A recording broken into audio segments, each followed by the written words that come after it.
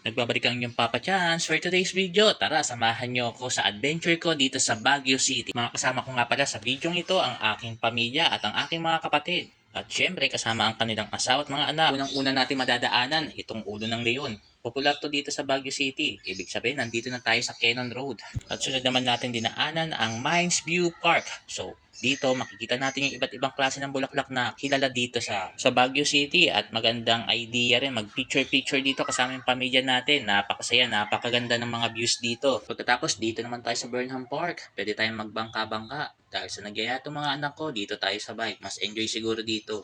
So, eto, tignan niyo yung mga anak ko. Hirap na hirap magpedal dahil nga yung mami nila sa yung dada nila. Napakabigat. Ang sabi nga ng mga anak ko, sobrang nag-enjoy sila sa activity na to. Ang susunod naman natin, dito tayo sa Ride Park. So, naglakad-lakad lang kami dito. Pero kung gusto niyo magkabayo, pwede rin kayo mag-rent ng kabayo. Ito yung aking mga kasama. Nag-chill-chill lang talaga kami kasi kapagod yung biyahe. Napaka-traffic. At ito na nga ang pinaka-paboritong place ng ating mga asawa dito sa market. Marami tayong mabibili. Since malapit na rin dito yung lugar ng Church of Manawag, napadaan na rin kami at napabili kami ng santo. Alam nyo ba, yung welcome na binili namin, worth 1,000 dito sa Manila, nabili na lang namin siya ng 500, sobrang mura.